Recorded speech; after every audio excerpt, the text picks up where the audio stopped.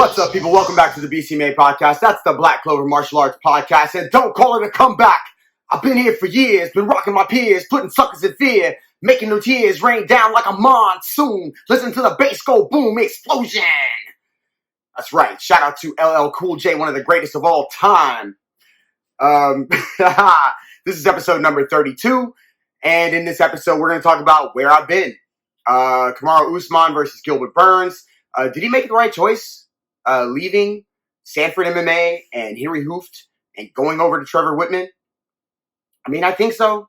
I don't know. But first, if you live in the Miami area and you want to learn Muay Thai, maybe a little self-defense, get in shape, hit us up at www.luckysmt.com or drop us a line at Lucky's Muay Thai on Instagram, and we'll get back with you, man. Set you up with a plan to come by and check out the gym. If you like it, you stick around. If you don't, we still love you. We have a lot of people that have come through and signed up. We've had a lot of people just try the place out. We're so appreciative. We're so grateful. We're knocking down some walls. We're expanding, adding some mats, adding some bags, and we're doing this all because of the support that we've gotten from you. So thank you all so much. And remember, hit us up, www.luckysmt.com, if you want to come through and learn some Muay Thai and have some fun, join a cool-ass family. All right, let's talk about Kamaru Usman and Gilbert Burns very quickly. This happens sometimes where a fighter and another fighter in the same gym are matched up. They try not to do this. Some fighters will never fight their gym brothers, but this one was happening. Kamaru Usman had since already left and gone to Trevor Whitmans. Obviously, there doesn't seem like there's a lot of hate there. So they didn't really have a lot to build upon as far as selling the fight other than, yeah, he left the gym, but there was no animosity really. Kamaru, I think, said a couple things just to kind of amp himself up. Try to sell the fight more. I think the fight sold 500 pay-per-view buys, so he either did a good job of doing that or the fight was just big in general. And in my opinion, I think the fight was just big. It didn't really require, a lot of shit talking. It was two fantastic fighters that used to train together, used to be, sparring partners together, and they obviously know each other very well. I think Kamaru Usman switching stances, working that very, very sharp power jab, and sometimes just jabbing, man. Just working the jab, stopping the takedown. He got clipped in the beginning. He did not lose confidence. He came right up and started banging again. And ultimately, it's the same thing that we always say, and I think almost every coach probably in the world says the jab is the most important punch in, boxing, kickboxing, in the combat sports, right? It can determine everything, and it was proven because Kamaru Usman was able to switch stances, work the lead jab, switch stances, work the lead. He was just working the jab in either stance, and that point stopping Gilbert Burns from going one way or the other when he wanted to by switching stances and working the jab one way. When he would go the other way, he would switch, use the jab the other way, and it just worked perfectly. Trevor Whitman and Henri Hooft are both fantastic coaches. Trevor Whitman does something, though, that I think a lot of coaches may not do the same way. He is an enhancer, man. He really takes things that a fighter are good at and then really enhances those things or specifically points those things out and makes them better. He definitely made Justin Gaethje's boxing better and, all of that stuff. Whether he fought Khabib, in a great way or not, listen, it's Khabib. I mean, it is what it is. He was destroying those legs. It just didn't matter. Like, Khabib was there to take him down. And he was in a firefight with Poirier before he got stopped. So, I mean, it could have been Poirier that went out. And there were moments that Poirier said that, I had to dig deep for that. So, look, Trevor Whitman is a great coach and he is an enhancer. So, if you go there already with a good skill set, he is going to enhance that skill set to put you in the best position to win. I don't know if he's the greatest game planner. It seems like there are some other coaches, Greg Jackson, Faraz Sahabi, that I would maybe say are a little bit better game planners. But he definitely is one of the best, most passionate coaches out there. And Henri Hooft, we already know what he is. We know what he is. He's one of the best striking and all-around MMA coaches, I guess, now that we've ever seen. We've seen him do a lot of things with a lot of fighters. And look, man, there was no love lost. It was a fantastic fight. Shout out to Gilbert Burns and Kamaru Usman. I think they both did a great job. And that's a tough stage, man, against a beast, And Gilbert Burns seemed to be supremely focused and ready for that moment as you watch the videos leading up, the embeddeds and so forth.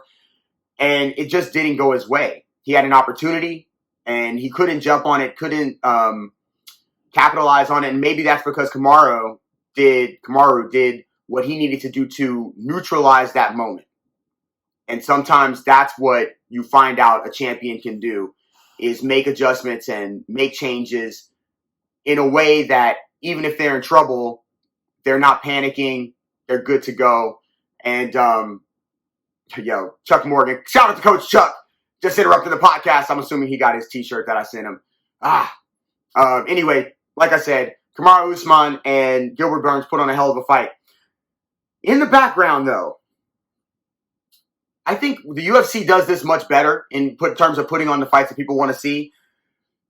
But Leon Edwards, Jorge Masvidal, Kamaru Usman, and Colby Covington are starting to remind me a lot of Terrence Crawford, Errol Spence, Sean Porter, and Keith Thurman. These are all champion guys that should just be fighting each other. That's what we really want. But the politics of combat sports is such that it's very difficult to make that happen. People are in different well, in this case, everybody's in the UFC, but they're at different levels. They all want to fight each other, but everybody wants the belt or they want money. It's one of the two or both, and it's difficult to make those things happen. As far as the boxing goes, sometimes there were different promoters and that kind of thing. But again, the fans want to see these fights. I think one of the biggest problems with the Pacquiao-Floyd fight that people complained about was that it took too long to happen. It could have happened earlier. And here we are with a lot of these guys that are all in their sort of, early fighting primes or in their primes or getting to that point. They should all be fighting in boxing and MMA, whatever the case may be. I hope that these fights happen all, round robin, whatever. I mean, in the background, you got Wonder Boy, and there are people around that will even make this even better if we get these people all fighting each other. So, again, shout out to Kamaru, the Nigerian Nightmare, for that win. And I hope all of these guys decide, we'll make the money. Let's just get these fights in. So I guess the next question to be answered is, where the hell have I been? I've been at the gym grinding. It's been busy. Jacob left for the month of February to have the baby, and Ollie is here. He is beautiful. He is the handsomest little man, and I can't wait for Jacob to get back. I hope they're enjoying, settling in with the baby and that whole thing. It's a beautiful experience if you've never experienced it, and one day, if you do, you'll know what I'm talking about. But it's been busy at the gym. We've had some new members. We've had some members that have been there for a couple of months, and members that have been there for a couple of years. And we're growing and growing, and now we have to expand. We're knocking down some walls. We're adding some mats. We're adding some bags. And it's a great thing.